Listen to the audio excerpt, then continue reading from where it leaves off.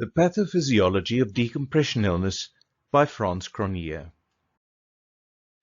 My challenge today is to explain how and why the accumulation of bubbles in the body during decompression illness lead to the syndrome that has become known by that name, and to show you some of the mechanisms involved with the objective of assisting diagnosis as well as therapy.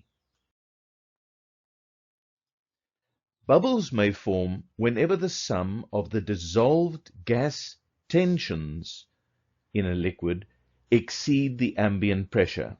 So the sum of oxygen, nitrogen, carbon dioxide and water vapor, when these exceed ambient pressure or surrounding pressure in the body, the situation arises in which bubbles may form. The amount of excess gas required for bubbles to form is uncertain, however, although bubbles have been detected in saturation divers returning to the surface from a mere 6 meters. There may be various individual and humoral factors that contribute to individual variability in the production and response to these bubbles. We don't have a current explanation for all these observations, but we recognize them. Some have become more clear, such as cold, heat, body mass, and so on, but it remains somewhat of a mystery. The syndrome itself is rather ambiguous, and it has been said rather cynically that if you were to combine all the potential presentations of diabetes and syphilis together, you may have a collection of what could be decompression illness. In order to have a useful approach, though, it's necessary to delineate some of the actual mechanisms and observations that have been made, so that we don't over or undertreat when patients present with symptoms that are ambiguous and could be attributed to just about anything. We need a practical solution. We have developed various strategies and therapy, but each of these have their limitations, and a better understanding of the pathophysiology may assist us in developing better ones. From the origins of the discovery of bubbles in tissue by Sir Robert Boyle, we have already started to understand that decompression itself may produce bubbles. Although the consequences of even the very first description of decompression illness in divers during the salvage of the Royal George by Sir Major Charles Paisley already shows you this ambiguity. He attributes the syndrome both to the extraordinary zeal that the person had overexerted himself, but also that he had remained possibly too long, which led to a sort of paralysis on one side. Looking at this superficially, it could very easily be either decompression illness or arterial gas embolism, and this ambiguity persists to this day. We know that two mechanisms are involved when we deal with decompression, and those are the process of gas volume expansion and contraction, and the process of gas being dissolved in solution suddenly being released as a result of changes in ambient pressure. Making some basic observations of this led physiologist John Scott Haldane to start experimentation on animals to try and develop a safe means of bringing divers back to the surface. The product of his work was staged decompression, which worked for compressions up to 6 atmospheres, but after this seemed to fall away, and to this day it is somewhat mysterious that decompression sickness or illness may develop in divers that are operating in hundreds of atmospheres and still develop bubble formation, where Boyle's law would hardly make any difference whatsoever. Over the past century, therefore, we have had various refinements of the methods and mathematical, mechanical, and statistical instruments to try and either determine or predict the appearance of decompression-related symptoms. All of these have shared some common framework with the original work of John Scott Haldane, although more recently the emphasis has been more on the formation and growth of bubbles than the actual concentrations of nitrogen, or whatever inert gas the diver has been breathing, although these clearly remain relevant. We've also found ways in which to detect the presence of intravascular and even intracardiac bubbles, such as shown in this precardial Doppler. The effort here is to try and predict and thereby avoid decompression injury. The signals that you will hear are called Spencer precordial Doppler bubbles, graded from 0 to 4. 0 is the absence of bubble signals and clear display of cardiac valve sounds, all the way through to 4, where the valves are no longer audible and bubble signals are heard throughout the cardiac cycle.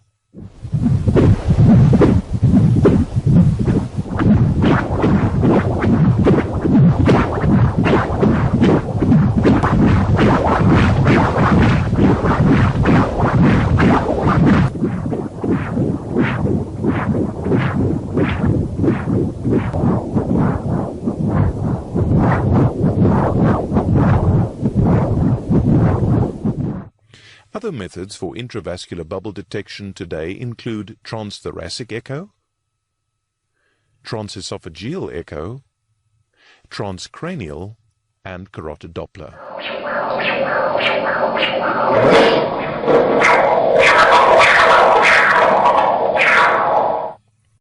In spite of what one would expect, such individuals do not necessarily display symptoms of decompression illness, although clearly the greater the amount of bubbles in the vasculature, the more likely it is for someone to develop decompression illness.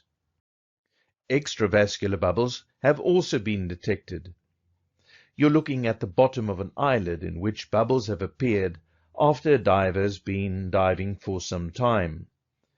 They are somewhat related to the overall exposure to inert gas, but are useless in terms of predicting their appearance and certainly the appearance of symptoms, but are nevertheless of some scientific interest.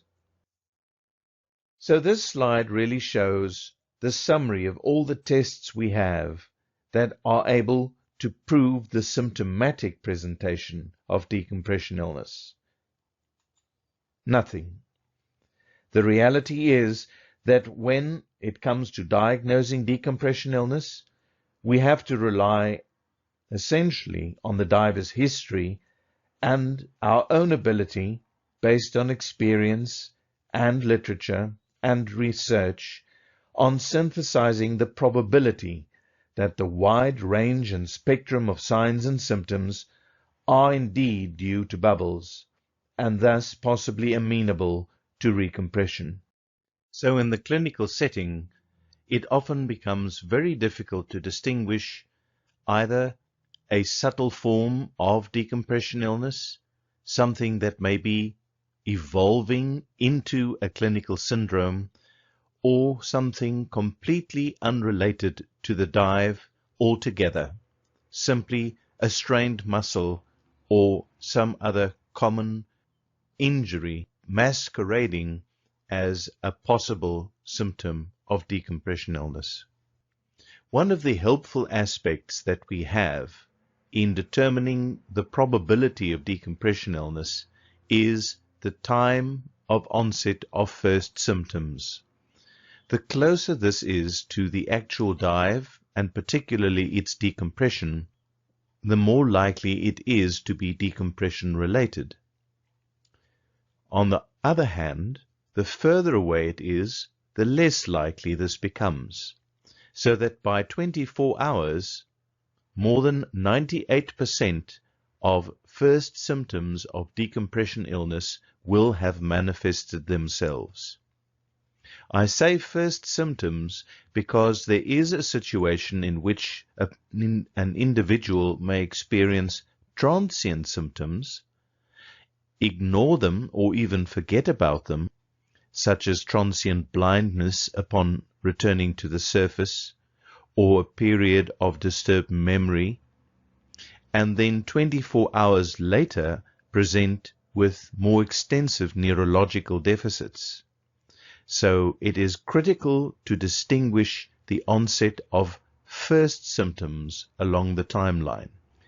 By 36 hours, it is highly improbable that symptoms would be related to decompression illness unless there was an excursion to altitude or further decompression, such as climbing up a mountain pass, ascending in an aircraft, or some other form of ascent to a significant altitude where the decompression gradient may once again present a problem, particularly in gases that remain or linger in the body.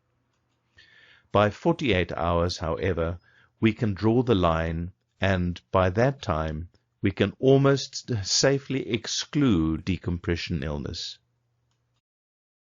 One of the intuitive questions we have as clinicians is whether there are potential diagnostic tests. Having already said that there are none, and showing that one can detect bubbles, which do not necessarily mean they'll present in clinical manifestations, there are two examinations that sometimes may add post hoc information of a case of decompression illness. The one is exaggerated hematocrit, which may be the result of arterial gas embolism and damage to blood vessels leading to a concentration of blood, and creatinine phosphokinase, which in the case of pulmonary-based gas embolism peaks within 15 hours to extremely high levels, and interestingly enough includes the muscle homologue of this particular enzyme. You'll remember there is the MB, and BB fractions that represent the heart, brain, and muscle versions of the enzyme. So it represents embolization of muscle. Unfortunately, this is detected as long as 15 hours after the injury, and therefore has very little diagnostic and clinical management value, but may be helpful in ultimately delineating the probability post hoc as to whether it was decompression illness or not. When it comes to other forms of imaging, again, there are certain situations in which there may be the possibility to image damage to decompression-related phenomena. In the upper left, one sees a gas pocket close to the patella of an aviator who developed decompression illness during an altitude excursion. On the top right, you can see a lesion in the thalamus, or in that region, that was the result of gas embolism. At the bottom left, one can see images related to lower and higher resolutions of magnetic resonance imaging showing edema and damage related to bubbles that are not the result of a mechanical injury such as compression by a disc or vertebra. And then one can do highly sophisticated studies including positron emission tomography or photon emission computer tomography to show changes in the metabolism and metabolic activity in organs that may be deranged, particularly in the neurological system. We are left, however, with a rather broad diagnostic sensitivity of attributing any inexplicable symptoms, particularly when they involve neurological tissue and are of a motor nature, in other words, weakness, not merely tingling, and pain, particularly girdle pain, or joint pain that is unaffected by movement and is of a deep boring nature to possible decompression illness.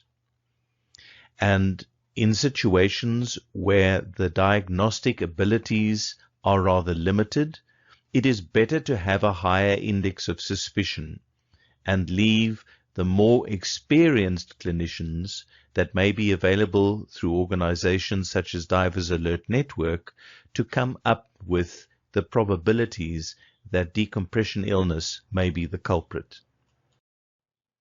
We know that there is a definite imperfection between the best scientific models and statistical calculations of probabilities of decompression and decompression illness and those that actually occur in the body.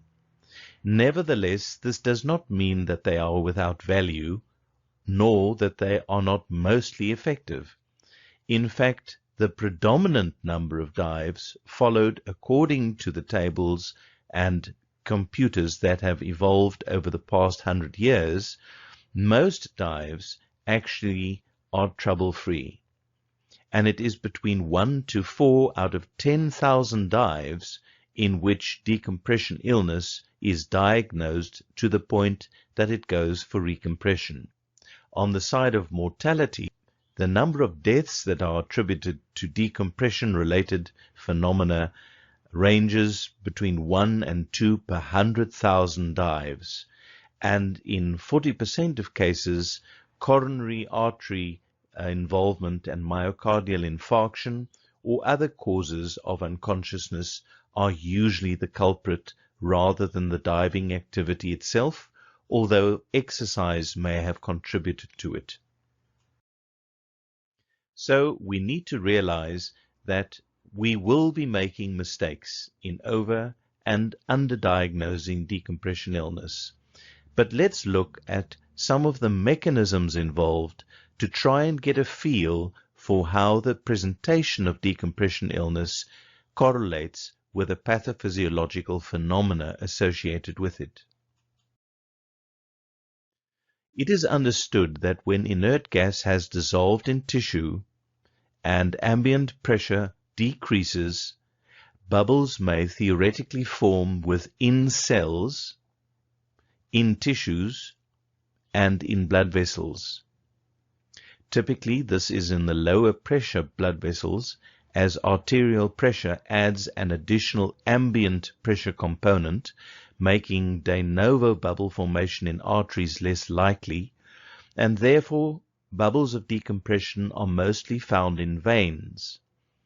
They then may enter the bloodstream on the venous side and be transported to the heart, the right part of the heart, and the lungs, in which case the possibility of arterialization of bubbles or pulmonary barotrauma leading to the injection of bubbles into the circulation and thus arterializing and entering the systemic circulation is possible. In this scenario, one envisages an overpressurization of the lung, and with the densely packed network of capillaries around the alveolus, it is conceivable that bubbles would enter the damaged blood vessels and enter the pulmonary circulation and the left heart, left ventricle, and embolize into the systemic circulation, of which the coronary arteries and brain would present most dramatically with symptom onset, leading either to various degrees of neurological impairment or cardiological impairment. One would hope that one could distinguish pulmonary decompression illness from damaged lungs using standard pulmonary investigations such as chest X-rays. Unfortunately, in this particular study, done on the east coast of America, in which a number of divers were assessed that had presented with symptoms that were very, very rapid in onset and associated with circumstances in which pulmonary overpressure injury was highly likely. Only 42% of these showed evidence radiologically of pulmonary damage, thereby making chest X-ray not as sensitive for pulmonary barotrauma as had been hoped, and thus a normal chest X-ray does not exclude pulmonary barotrauma. However, that's not to say that chest X-ray isn't valuable. In the case of a pneumothorax, it would be essential to have this knowledge prior to recompression, as treatment of a diver with a pneumothorax can prove to be a very complicated and sometimes even a fatal situation. So there are various ways in which bubbles that would, under normal circumstances, remain in the venous side of the circulation can arterialize.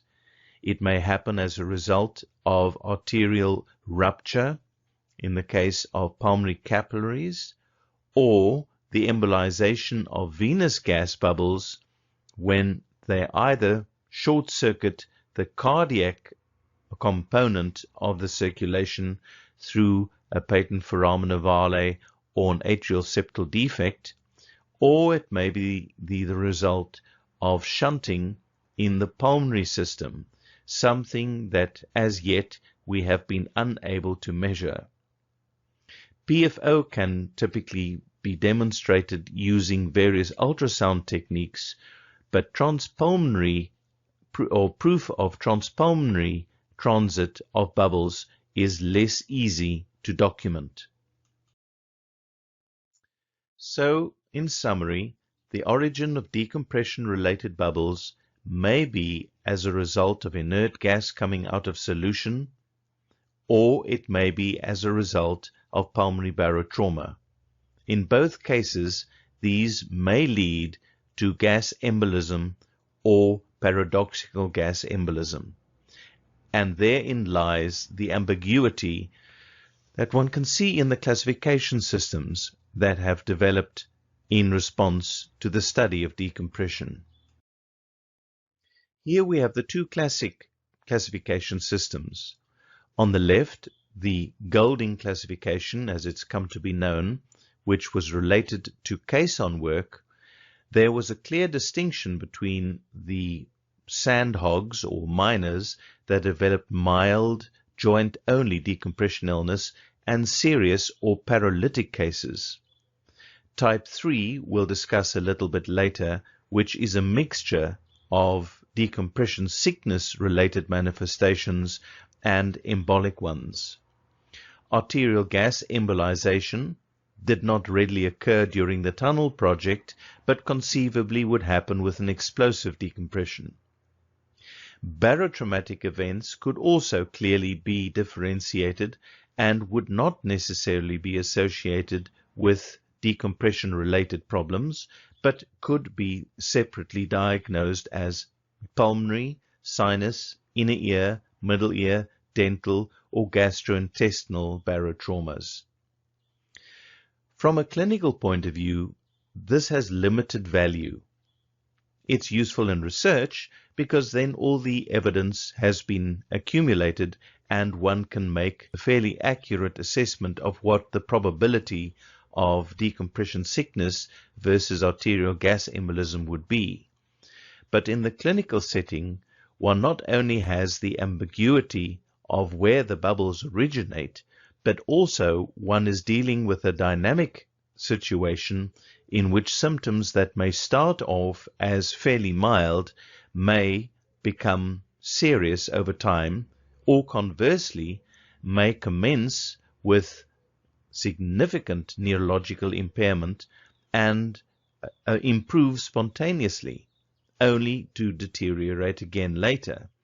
So to take cognizance of the dynamic nature, the clinical or Francis Smith classification developed, which considered the evolution, manifestation, time of onset, gas burden, and evidence of barotrauma as the key factors that would allow for a description of a case and also the communication of it between professionals that would allow a colleague listening to the presentation over the phone to come up with a mental image of what the case was likely to look like and likely to become, rather than simply hearing it was a type 1 or a type 2 case. There's a separate lecture in which the classification is discussed in detail, and in that lecture this will become more evident. I've found this slide on the effects of bubbles conceptually helpful because it divides the effects of bubbles on that which they do while in blood vessels and that which can occur in tissue. Now, starting with the intravascular effects, they can cause embolism, which is a bubble occurring or originating in one part of the body and moving to another where it closes off the blood vessel, leading to ischemia. Transbolism, where it damages the blood vessel as it passes through, which can then make it more vulnerable to ischemia reperfusion or thrombosis.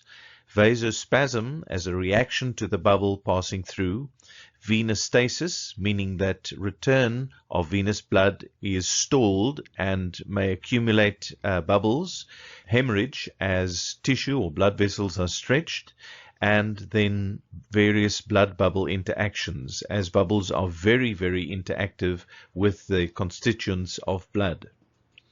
Secondly, there are the extravascular effects, and these include the disruption of tissue and tearing as the bubbles literally develop inside organ tissue and derange their various functions. Compartment syndrome, which means that the organs or tissue is encased in some sort of compartment, be it bone or sinew, and as the bubbles are not usually there, they are space-occupying lesions, and these ultimately then lead to a compartment syndrome and can cause ischemia or stasis and hemorrhage that can occur in the tissues as well. So to make it practical and to look at the primary syndromes that are seen in relation to decompression illness, I'm going to approach it by looking at the target organs that are most commonly affected and are diagnosed or affected as a result of decompression. And those are the skin, the brain, inner ear, joints, blood, and the lungs. First of all, blood, as we mentioned, is affected in terms of both its constituent parts, that's the cells and proteins, as well as the blood vessels themselves. When we look at the formed elements, platelets, white cells, and red blood cells, we'll show in subsequent slides, are affected directly. Plasma proteins, both the coagulation and complement system are affected in particular, but also the plasmin, kinin, and breakdown of lipoproteins are effects related to bubbles, and blood vessels may be affected as a result of destruction or removal of surfactant and damage to endothelium. This is an example of a bubble and a blood platelet. It shows in the upper part where the bubble is a thin skin or bubble skin which is made up of fibrin and the platelet that is adhering to this. Here you can see a pseudopod of a platelet as it attaches to the bubble skin, and an accumulation of blood platelets as the reaction exacerbates. And this is one of the reasons why aspirin was originally thought to be helpful, as it deactivates this clumping of platelets. And there are a variety of drugs that have been attempted to attenuate this effect, but with very limited success, because by the time this reaction needs to be reversed, it is already at the point where the clumping has occurred. So it's usually a matter of too little, too late. and to give antithrombotic agents prophylactically runs the risk of hemorrhage, which particularly in the spine and inner ear may have devastating effects. Here's just an example of how fibrin, as it is activated through the clotting system, eventually leads to a clumping and a collection of red cells in the form of a thrombus. And another slide showing the collection of platelets and erythrocytes. And here's a very important slide. This has nothing to do with the actual effect of bubbles directly, but as a result of the paralysis that occurs in spinal cord decompression illness. When there is paralysis as a result of decompression illness, there is a very high prevalence of pulmonary embolism, and this is unfortunately the post-mortem pulmonary embolus that occurred in a paralyzed diver that was as a direct result of the combination of bubbles and paralysis, making the blood more likely to congeal and leading to a thrombosis, which subsequently embolized and resulted in the diver's death. The lesson from this is that divers who are paralyzed need very aggressive anti-thrombotic treatment, which includes stockings, low molecular weight heparin, and active ultrasound monitoring to ensure that coagulation and thrombosis isn't ultimately a problem and a cause of death or morbidity. This just shows the very complicated interaction between the various cascades, coagulation, thrombolysis, the complement system, and platelet adherence, and how these are deranged by bubbles. This is an example of the effect that a bubble may have on blood vessel linings. As a result of the damage caused by bubbles, these white blood cells that are rolling over healthy epithelium become stuck in the second slide as a result of the damage, and so become activated, move through into the surrounding tissues, and cause a tremendous inflammatory reaction.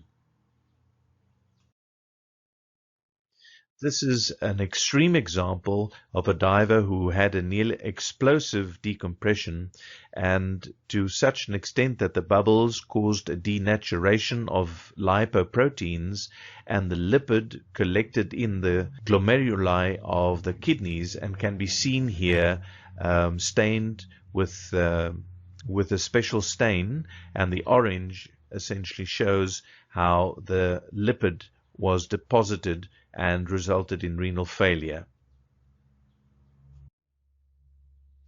And here you can see again the agents that have been used to try and attenuate this lipoprotein denaturation, including albumin, dextran, heparin, and methylprednisone, but they have met with very little success because it is very difficult to compare cases and have not really actively been used as adjuncts since then. Here's an example of transballism where you can see bubbles that have moved through the skin. Here you can see an example of transballism where bubbles have moved through a blood vessel. On the left you can see the multi-layers of surfactant beautifully arranged in parallel streaks, and on the right you can see the destruction of an area of surfactant exposing the endothelium in a way that would be very pro-thrombotic and can also activate the complement system. This is a slide to show the actual stripping of endothelial cells, and the little arrows are pointing at cells that literally have been ripped out of blood vessels as a result of bubbles. Again, exposing the tunica media, or the muscular part of a blood vessel, which would make it vulnerable to thrombosis. So that's the effect it has in the blood, and as can be seen, tremendous derangement. As far as treatment goes, in response to what you've just seen, the only real treatments that have remained are active rehydration with crystalloids primarily. Colloids have become less popular, but crystalloids, being saline or Ringer's lactate, are very important in the initial stages, and lidocaine does attenuate the effect of white blood cells sticking to the endothelial lining. So those are two drugs that have really come out of the observation of that particular mechanism. Now we're talking about the lungs. The lungs are typically the pulmonary bubble trap, and this is where bubbles that come from the veins coalesce or collect and are usually removed gradually from the body as the bubbles collapse and the inert gas is allowed to escape. If the extent of bubbles is extreme, in other words, there is a very high concentration of bubbles that enter the system in one go, then it tends to block off the heart and causes an airlock, which results in very quick demise, as has been seen in test animals, and we'll show you in a graph shortly. Whereas one can have a slow release of showers of bubbles that can eventually obliterate the pulmonary circulation, and this has been described very well by Alfred Benke and has been called the chokes. And the reason for that being that after a person has smoked a cigarette, it aggravates this effect and the individual starts coughing, and deaths have been reported in relation to this. And lastly, paradoxical embolism may occur if the pulmonary bubble trap fails. In other words, it becomes overwhelmed by bubbles, or there's a shunt, and the bubbles then arterialize and go into the various organs in the systemic circulation. This is an experiment on dogs, which would probably not be repeated today, but it involves the injection of different rates and volumes of bubbles. It starts off with a very high injection rate and ends with a low injection rate, the end point in all cases being death. And what you see here is that initially the deaths occur as a result of the cardiac air bubble trap, and later on as a result of obliteration of the pulmonary circulation, and essentially the same effect as a pulmonary embolus. This is an individual who actually hasn't suffered decompression illness at all, but what it does show is the skin changes that have been associated with decompression illness. The point of showing you this slide is that this individual had a tremendous influx of iatrogenically injected bubbles, and as a result of the interaction with blood vessels and their traversing of the lung, released a number of vasoactive substances that led to the rash that is so characteristic of decompression illness called cutis marmorata. So it points to the fact that these skin bubble or skin changes are not necessarily only the result of bubbles, but may also be as a result of the release of vasoactive substances, as seen in this case. This is a comparison between a normal alveolar septus, or this is a comparison between normal alveolar septi on the left and the abnormal adult respiratory distress syndrome or capillary leak that can be seen with oxygen toxicity and also with the effect of bubbles moving through the vasculature of the lung. This is a patient of mine referred with pulmonary edema when their rebreather failed. He had no other symptoms, and we treated him conservatively. He did not need recompression and eventually cleared up with only a minor effusion remaining in the lower parts of the lung, particularly visible on the right. So this is an example of pulmonary edema, which could have been a case of chokes. But by the time the individual arrived at our practice, his respiratory symptoms were not severe, and it was felt that it would be unnecessary to subject him to recompression. So this just compares the 7 hours past injury to 5 days after the event when we had the follow-up X-ray. Now we move to the central and peripheral nervous system, and we'll look at the spine, cerebrum, and peripheral nerves in particular, where embolism and extravascular effects are of particular importance. This slide is a slide from James Francis's work. It'll appear gradually on the screen, and I want you just to take note of the message that this slide conveys. In the past, the common wisdom was that anything that happened prior to 10 minutes of reaching the surface was pulmonary barotrauma with gas embolism, and anything after 10 minutes was considered to be decompression sickness. This slide and study shows that this is not necessarily the case. What you're seeing here is a dive profile followed by a service interval, and what you see here is an accumulation of cases, in total 1,070 cases to be exact, of individuals who surfaced from their dives in ways in which pulmonary barotrauma was extremely unlikely or considered to be extremely unlikely and was not evident on X-ray or on history, and yet what can be seen is that 68% of these individuals developed their symptoms within 68% of the individuals developed their symptoms within 10 minutes, many of which already occurred during decompression or immediately upon surfacing. What can also be seen is that after 6 hours, it is very unlikely to have first new symptoms, and certainly towards 48 hours where there is virtually no change in the number of cases. So again, this is a very important slide when looking at the central nervous system as a whole to see that rapid onset occurs within 10 minutes in individuals where pulmonary barotrauma was excluded by history examination and just whatever parameters were available from the history of the dive.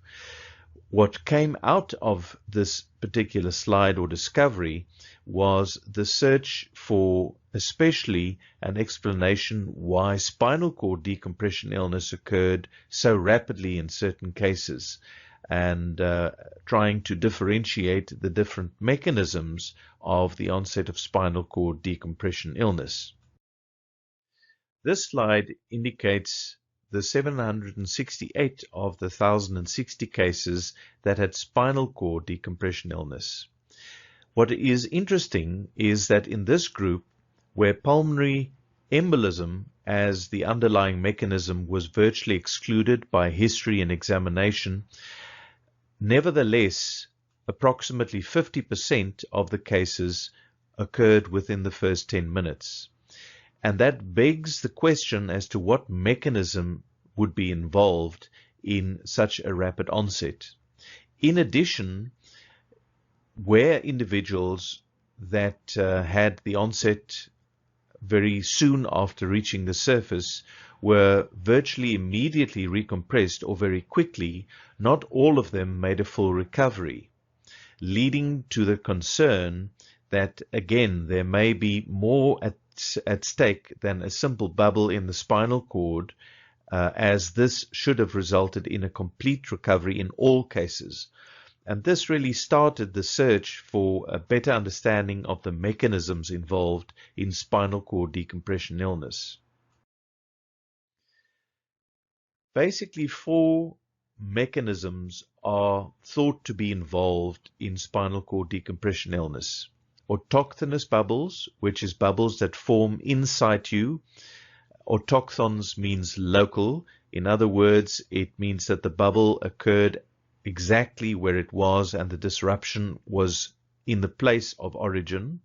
Venous stasis, arterial gas embolism, and hemorrhage or an inflammatory response. The first theory for spinal cord decompression sickness was developed by Boycott and Damont, who were co-workers of John Scott Haldane. The lesions in the spinal cord of goats were found to consist almost entirely of white matter lesions, and the researchers concluded that the lesions were the result of gas embolism of nitrogen-saturated white matter, which subsequently led to the growth of bubbles.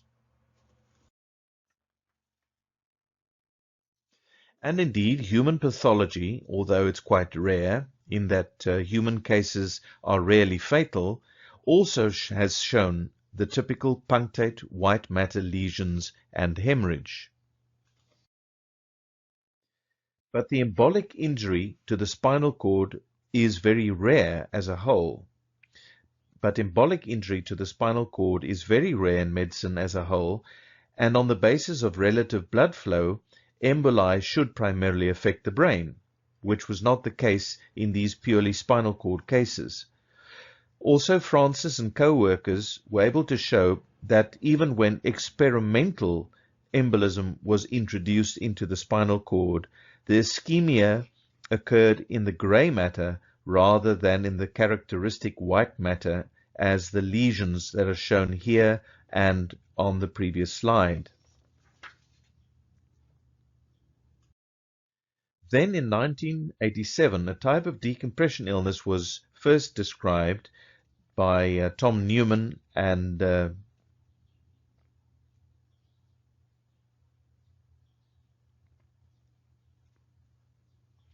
in 1987, another type of decompression illness was described by Newman and Elliott that began with a rapid onset cerebral gas embolism, but then resolved initially in part, but was left with a residual spinal cord decompression injury, and it was therefore called combined, concurrent, or then type 3 decompression sickness.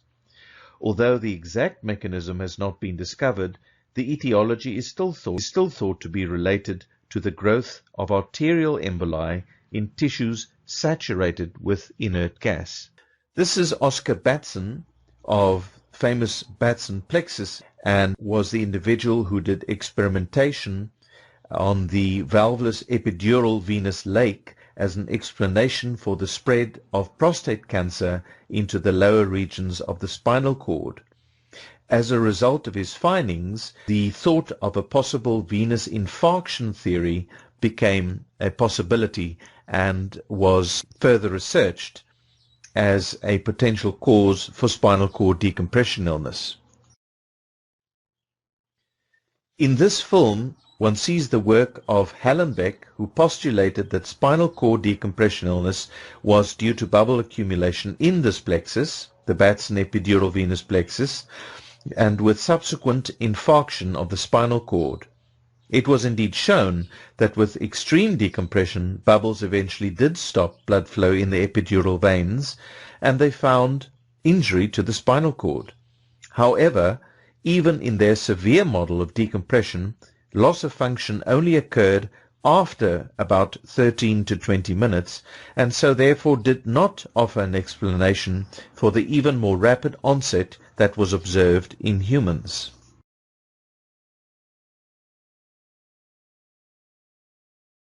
In addition, when the pattern of injury of venous infarction of the spinal cord was examined, it was found that it was completely different once again from that which was found from the original work of Boycott and Demant, and that again it was the grey rather than the white matter that was involved primarily. So, subsequent to this, Francis proposed that rapid onset spinal cord damage was related to spontaneous bubble formation within the spinal cord white matter. He felt that this was the only mechanism that could really reconcile both the rapid onset and the distribution of the lesions that were observed in the spinal cord. In his classic experiment, Francis rapidly perfusion fixed the spinal cord of rapidly decompressed dogs at the moment of maximal disruption of the somatosensory evoked potentials, and consistently found extravascular white matter lesions, which he called autochthonous bubbles. So a menacing question was how these small, scattered and isolated space-occupying lesions, some making up no more than 0.5% of the spinal cord matter, would be so catastrophic. They were no more than 20 to 200 microns in diameter. So how would it be that they could cause such catastrophic effects? It was concluded that autochthonous bubbles would account for the loss of function if more than 30% of the axons were displaced and rendered not functioning through either direct destruction of the axons through displacement and thereby rendering them non-conducting, or through stretching and compression, or inflammation and biochemical injury, or lastly, hemorrhage. Francis made 3 important additional observations. Firstly, animals that only developed abnormalities after 30 minutes had no demonstrable space-occupying lesions, suggesting some other mechanism for the dysfunction. Secondly, animals sacrificed some time after the development of rapid onset dysfunction also no longer had bubbles, suggesting that bubbles were temporary. And thirdly, the histological appearance of spinal cords from dogs with late onset spinal cord symptoms were similar to the spinal embolism or ischemic lesions. However, hemorrhage and inflammation were observed in the sites where bubbles might previously have been. So this could possibly explain why in some rapid cases of spinal cord decompression sickness they were proven to be so resistant to recompression and have persistent deficits, even following a prolonged course of recompression therapy.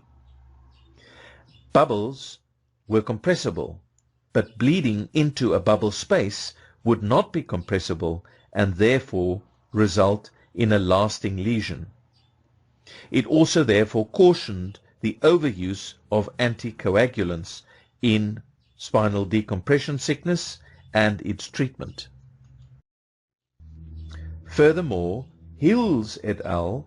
Determined that even small lesions able to increase the spinal cord volume by 14 to 31% could cause an increase in tissue pressures within the epidural sheath that would collapse arterioles, and this would then cause a compartment syndrome-like situation with subsequent ischemia. A common feature to all the mechanisms is that they appear to affect the similar areas of the spinal cord.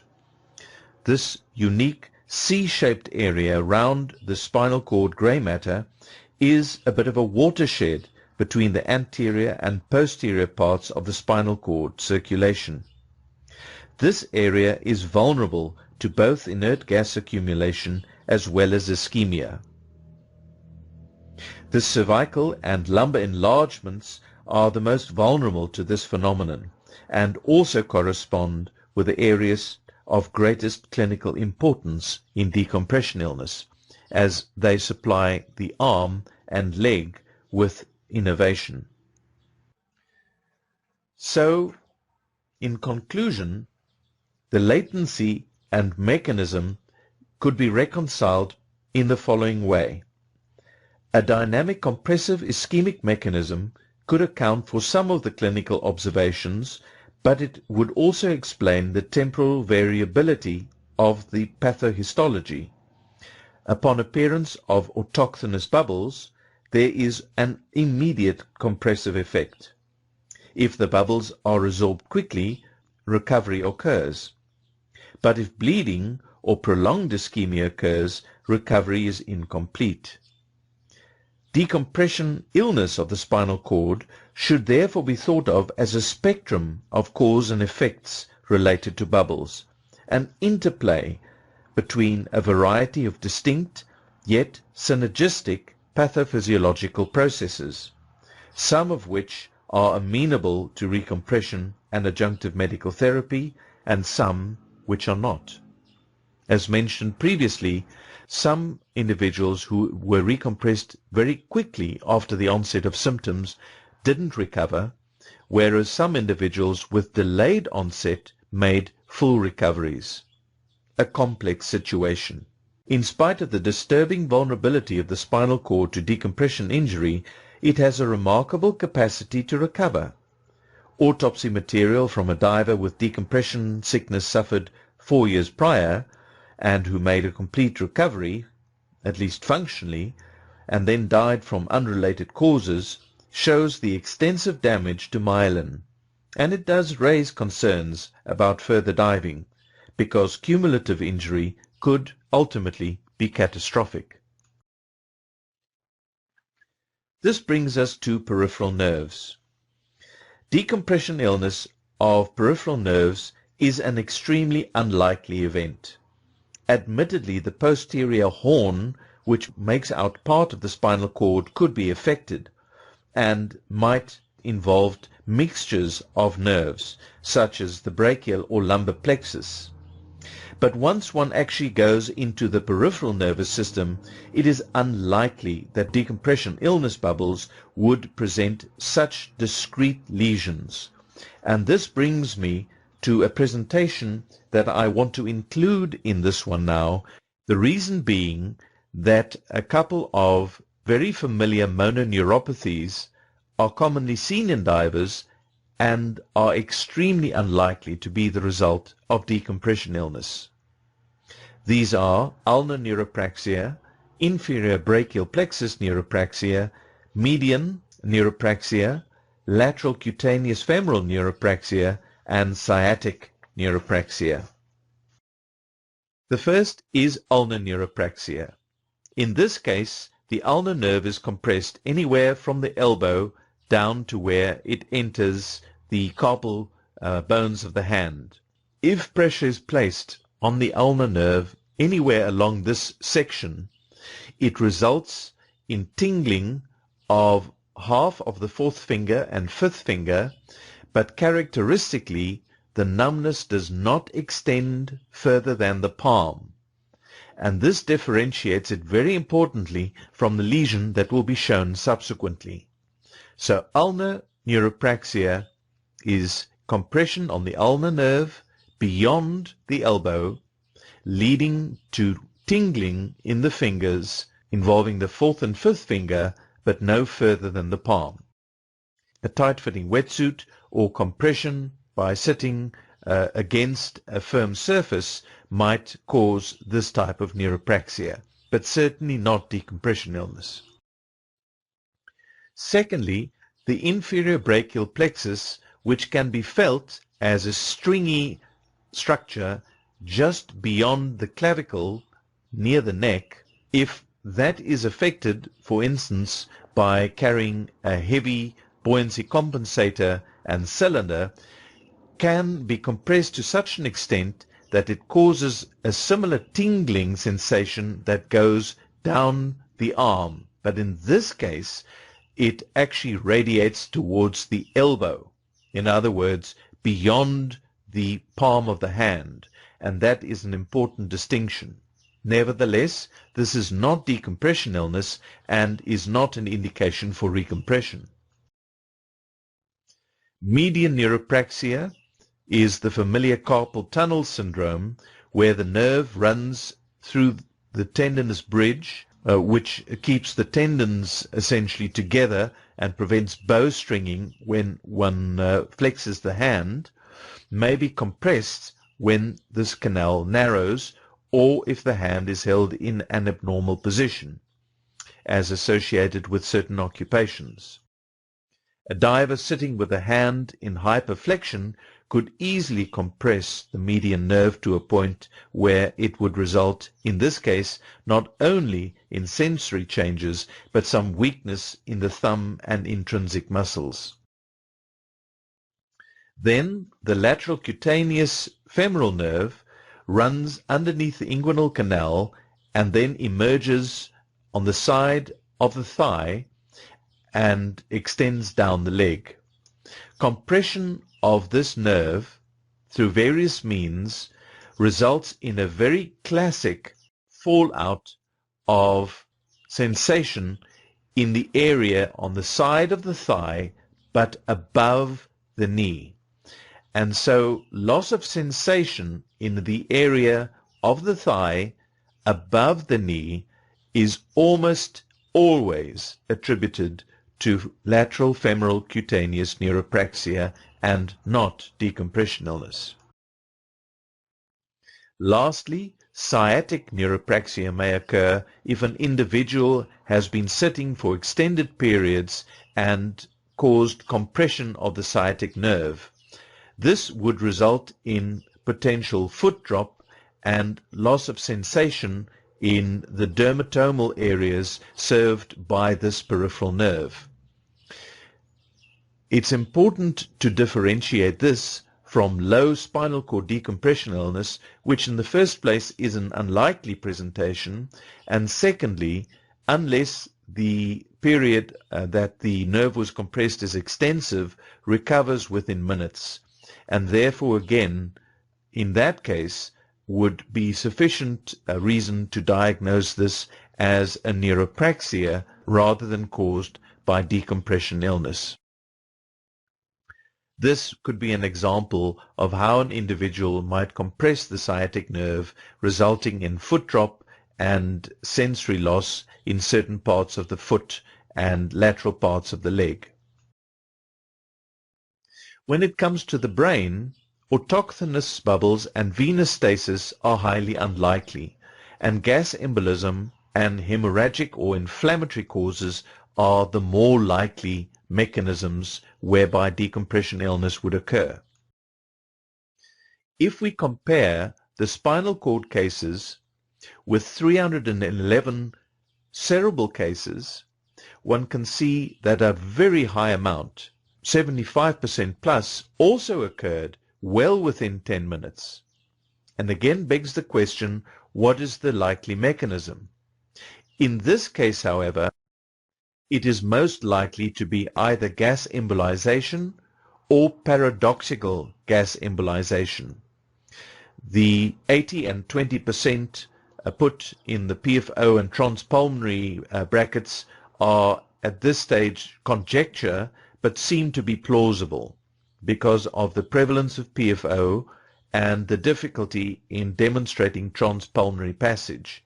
Nevertheless, these combinations of mechanisms can result in rapid onset, paradoxical or direct arterial gas embolization.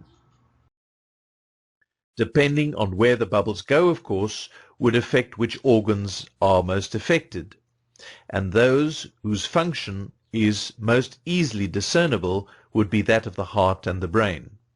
In the case of the heart, it most commonly happens if the person ascends in an inverted fashion, which used to happen particularly in suits that were inflatable, such as the traditional hard hat dress and certain dry suits. Otherwise, the circulation would really predispose the cerebral components to distribution of bubbles as a function of buoyancy. As one can see, the bubbles would most likely enter from the aorta up the right common carotid artery and therefore affect the right side of the brain, with symptoms experienced on the left side of the body. However, with sufficient bubbles showering through the aorta, it would affect or could affect both sides. If the bubbles go up the vertebral artery and end up in the vertebrobasilar artery at the back of the brain, it would result in immediate death through suppression of the ventilatory and the cardiac stimulatory centers. This is another way to look at it, where we have the area where the carotids enter the circle of Willis and where the two vertebral arteries join the vertebrobasilar artery and join the circle of Willis from the back. So these are the three entry points into the circle of Willis. However, if bubbles were to leave the circulation prior to entering the circle of Willis, they could result in occlusion of the cerebellum or cerebellar areas, as well as the posterior circulation towards the occipital cortex, resulting in cortical blindness, which is commonly described with arterial gas embolism. If they enter through the carotid arteries, then, depending on where they land, they would result in a variety of features. To make this easier and to summarize that, one could have ataxia if the cerebellum were involved, hemianopia or cortical blindness if the posterior cerebral artery were to be involved, loss of consciousness or death if the basilar artery were to be involved, or possibly inner ear decompression illness, and then upper limb and face involvement if the medial cerebral artery were to be involved, and finally, if purely the anterior arteries were to be involved, which would be very unlikely due to them being fairly distal in the circular distribution, would involve the lower limbs, and in the very unlikely event of both of these arteries being involved, it could mimic spinal cord decompression illness of the lower limbs and bladder. Otherwise, it would more likely involve either the one limb or the other. Here's an example of a post-mortem vertebrobasilar occlusion with bubbles, train trucking, and you can see the spaces between the bubbles here, train trucking their way up towards the brain. Only 0.5 ml of blood bubble foam in that area is sufficient to be lethal. This is an experimental model of a New Zealand white rabbit who is being injected directly into the carotid with bubbles, and what one can see quite clearly is that the bubbles enter the circulation but then are displaced. What cannot be seen is that the blood pressure is increased in an effort to try and clear the circulation, and eventually, once the circulation is saturated with bubbles being pressed down into the cerebral circulation, one ultimately gets a slowing and finally a cessation of circulation into the brain. The question, though, is how does this relate to the lesions that are found when these individuals are examined with MRI? It's helpful to know that the cerebral circulation runs from the surface, that is the gray matter, into the white matter. To make it easier to see, that's the direction of flow. And now to zoom into an area and showing you the junction between the gray and white matter, one can see that there are arteries that leave the penetrating artery at right angles. These are unlikely to cause embolization as they are not readily available to free-flowing bubbles. However, what can be seen at the junction of the gray and white matter is these candelabra structures that almost look like the old opera candelabras or chandeliers. And these have also been shown to be the site where seeds of cancer are likely to embolize, to get stuck, and then ultimately form a tumor. And in MRI scanning, the lesions have indeed been found in this watershed area between the gray and the white matter. This is one of my patients, and you can see the subcortical lesions that are the result of bubbles lodging and remaining and causing ischemia in these specific areas. It is once again, in a sense, a watershed theory, as there is some collateral circulation and the prognosis of small lesions is very good. Large lesions, unfortunately, would not be, and of course fatal lesions would occur if they are in the basilar artery.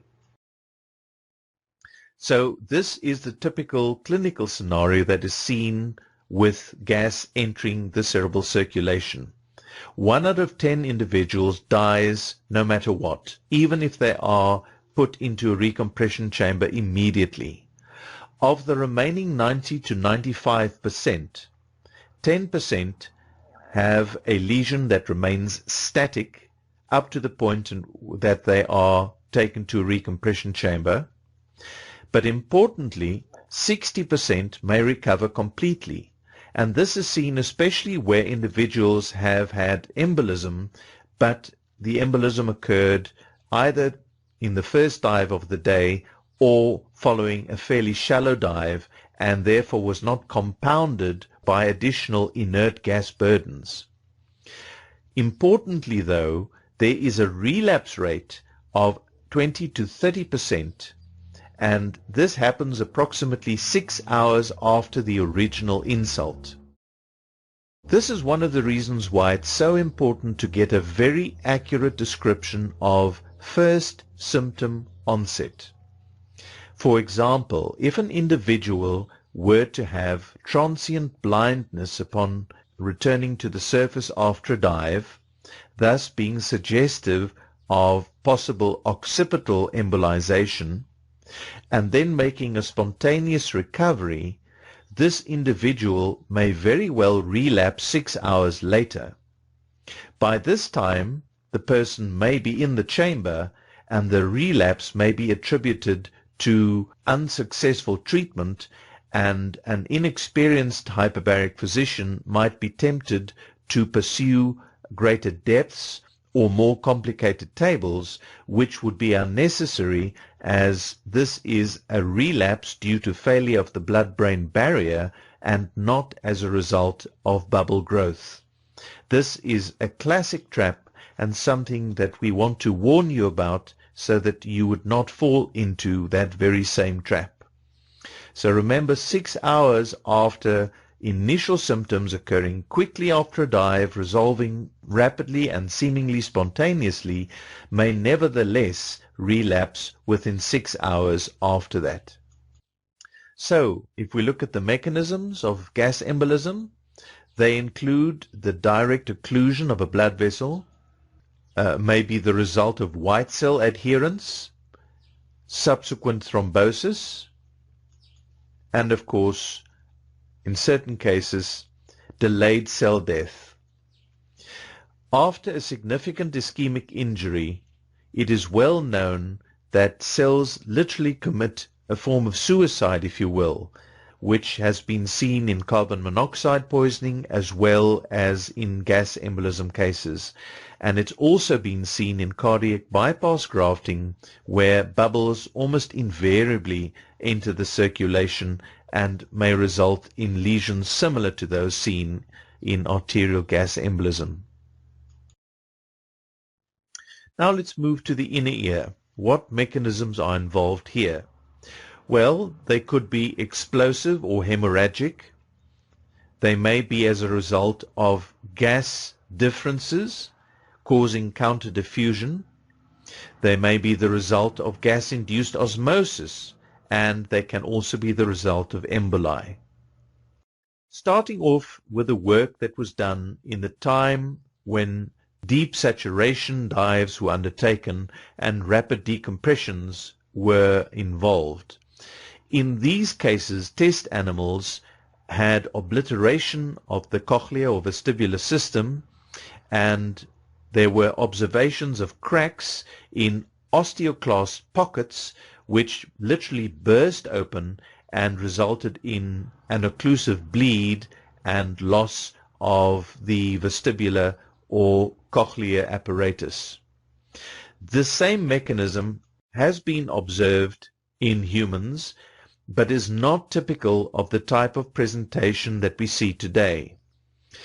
In the early years, Joe Farmer published his paper indicating that unless an individual was recompressed within under an hour, they did not recover from inner ear decompression illness. Nowadays, we have seen a completely different picture. Recovery is now possible even with long delays, and we have seen improvements in individuals delayed by more than 24 hours, and I can vouch for this personally in a diver that had severe hearing loss as a result of definite decompression illness, making a full recovery after a month after they received recompression treatment. So one should not follow the original work which was subsequent to saturation type settings.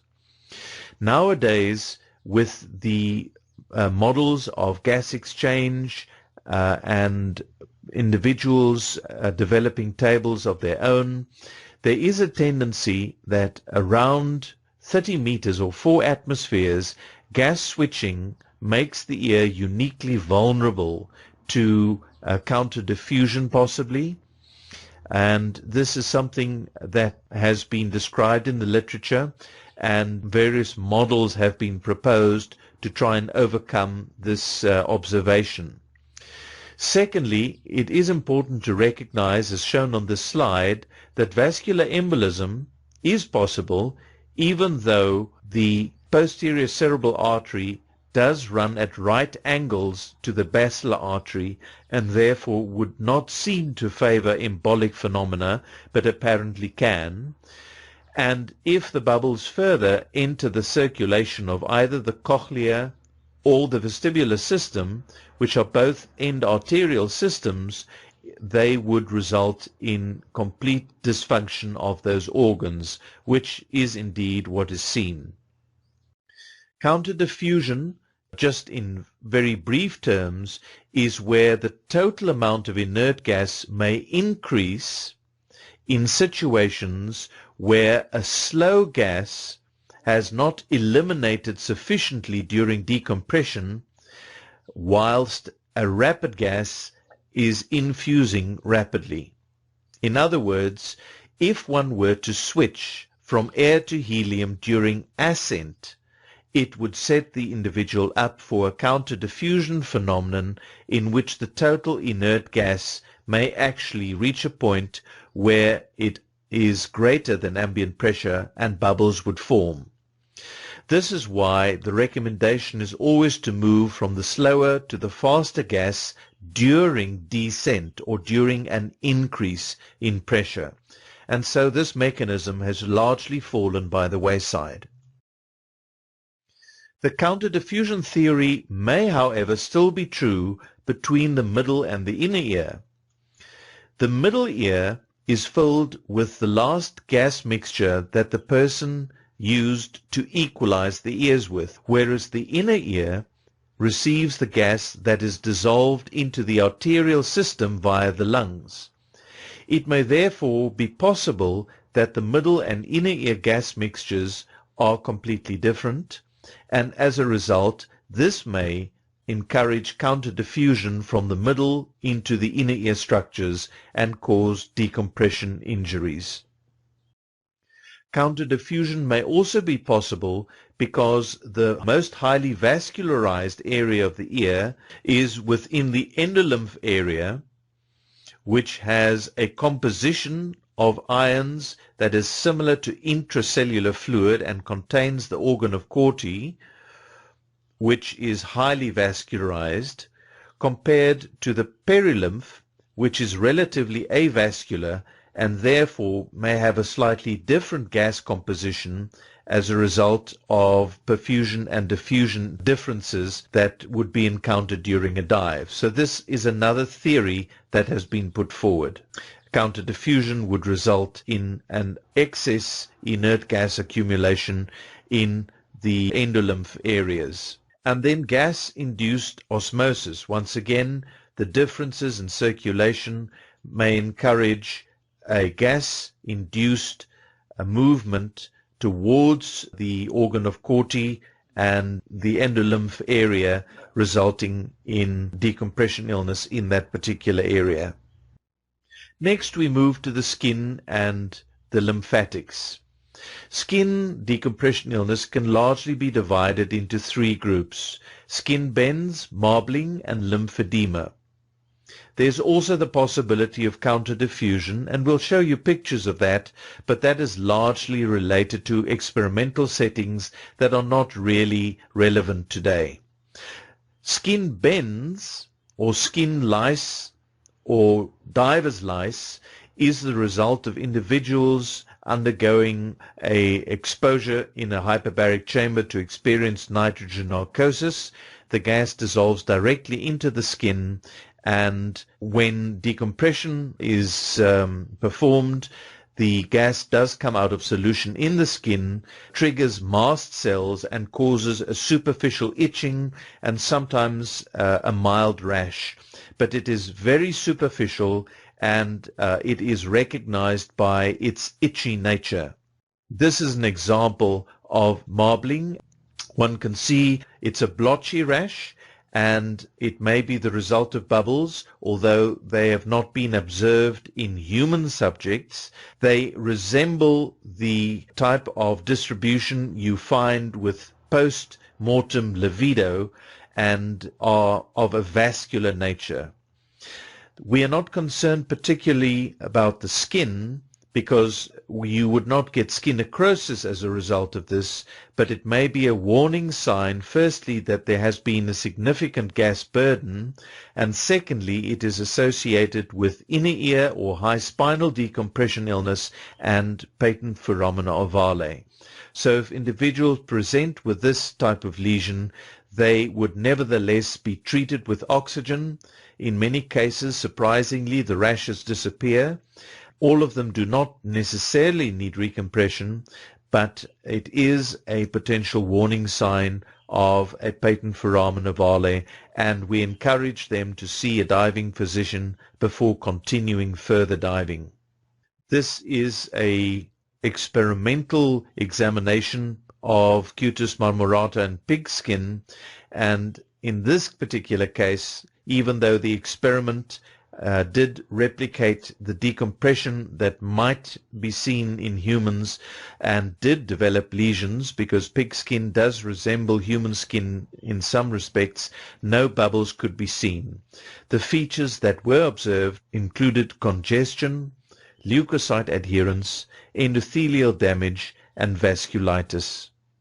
This is an example of counter-diffusion and individuals in a neon environment breathing helium that developed blistering of the skin as a result of counter-diffusion. Again, this is a very experimental type of exposure, but for the record, it's noted here. Then we reach the bones and joints. This is the classic example of the Grecian bend. There's a lot of myth about the history as to how it got its name, but the best published work is by Woodward in A History of the St. Louis River Bridge, in which the women of the day were known to walk in an affected manner that resembled a sort of stooped appearance and was likened to the way in which caisson workers who had been exposed to excessive shifts of relatively deep caisson work, up to 4 atmospheres in fact, did the Grecian bend or curled up in agony after being decompressed through the airlock, and was said to do the Grecian bend, which then ultimately became known as the bends. So this is where the word, the bends, has its origins historically.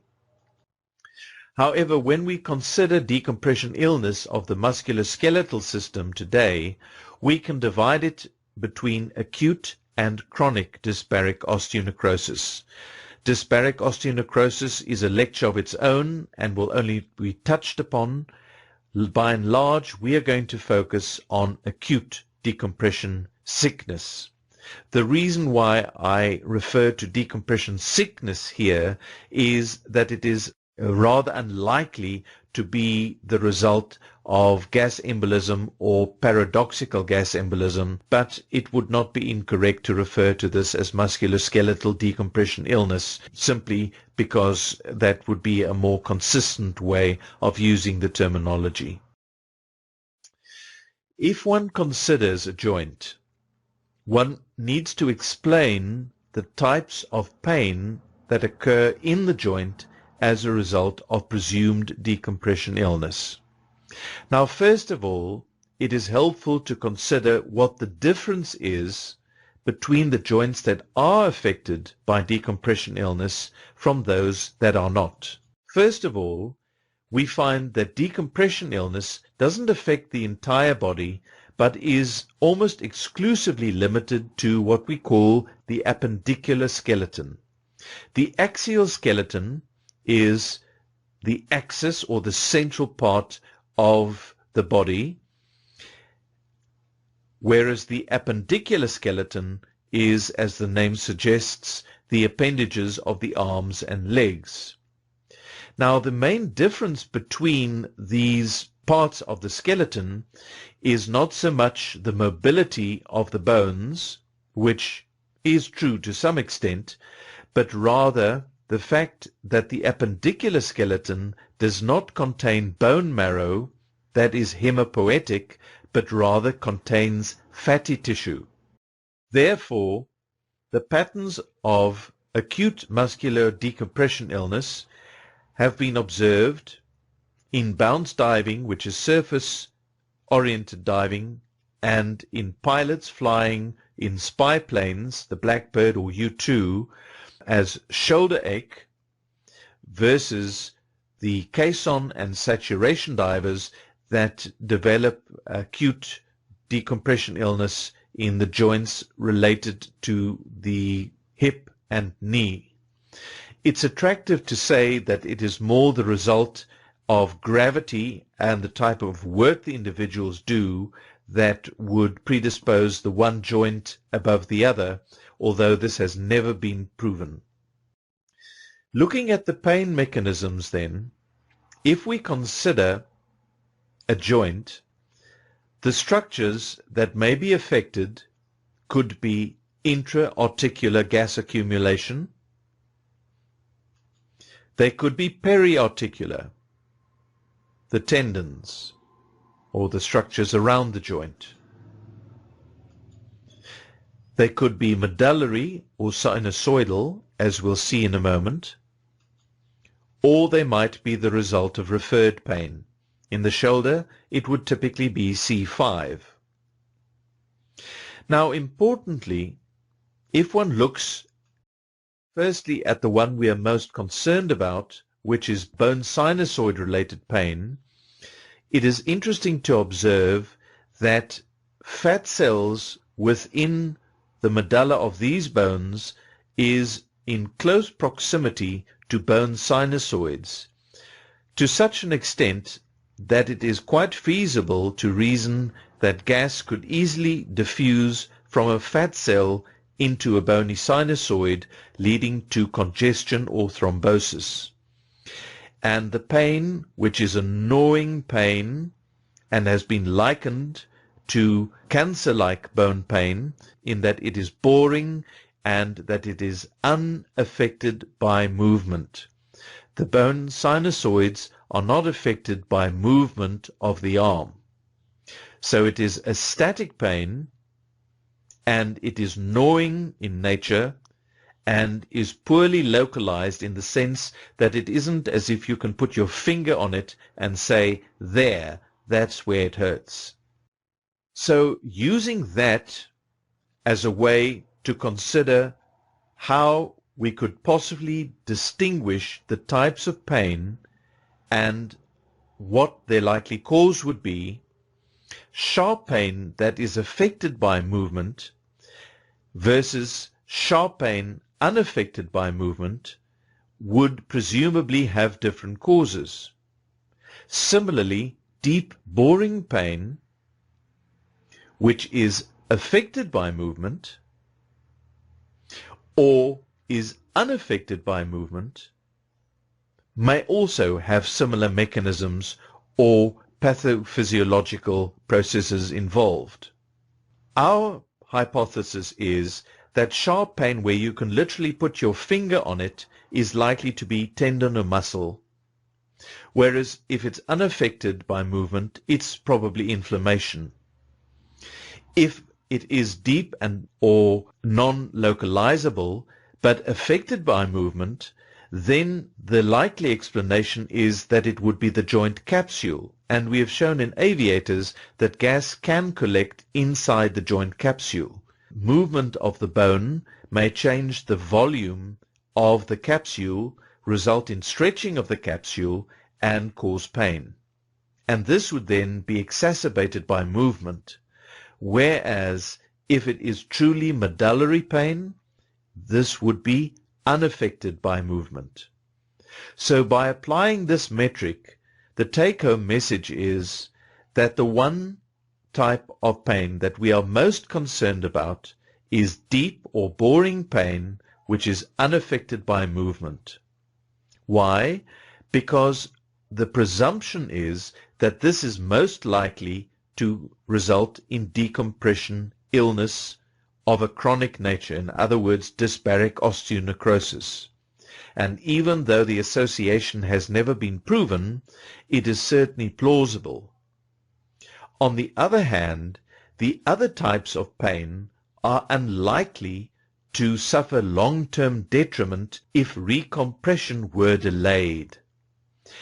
And this has led to the recommendation in the remote decompression illness workshop that was held several years ago that these types of pain should be treated if possible and a chamber is available, but if the individual is in a remote setting, surface oxygen treatment and arrangement for transfer to a recompression chamber should be undertaken, but would not necessarily affect the ultimate outcome adversely.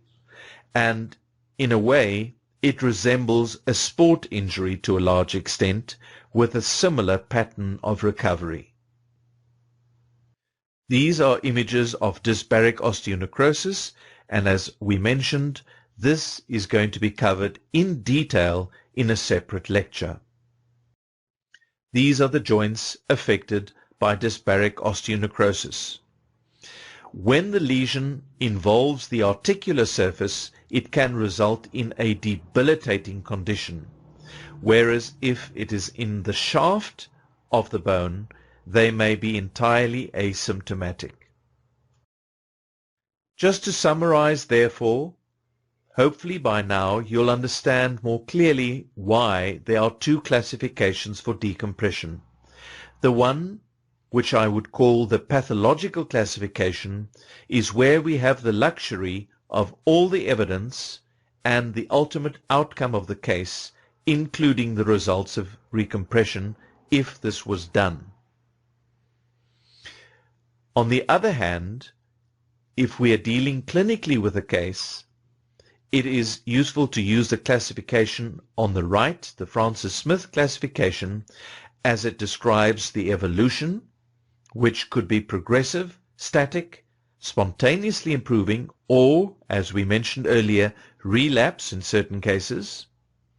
The manifestation, which is literally just the anatomical description of the area or organs involved, being pain only, cutaneous, neurological or audiovestibular, pulmonary, lymphatic, constitutional, or shock, or hypertension for that matter. A distinction is made between the pain that is limited to a limb or joint versus the pain that may occur as a girdle, which may be a harbinger of spinal cord decompression illness. And that is an important distinction to remember when applying this classification system. The time of onset is divided between immediate, within the first 6 hours, or after 24 hours. The gas burden may be light if the individual was within their tables or there was no overt error, medium if decompression stops were necessary but performed adequately, or high, in which case the individual did not observe the decompression restrictions or for some reason neglected to perform them. And evidence of barotrauma would mean that there is a reason to believe that the individual suffered pulmonary overexpansion and that that was the cause of entry of gas into the system. So, whilst not explaining all aspects of the pathophysiology of decompression illness, we hope that this has given you a slightly better insight in the reasons why decompression illness may present as it does, why it responds the way it does, and why in some cases one can confidently either treat or not treat without running the risk of being negligent or being liable. It is, of course, always wise to seek the advice of more experienced individuals in such cases.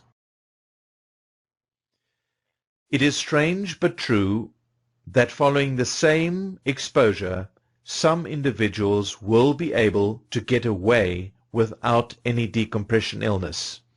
And we find that decompression illness varies from day to day and from individual to individual, and even in the same individual from dive series to dive series.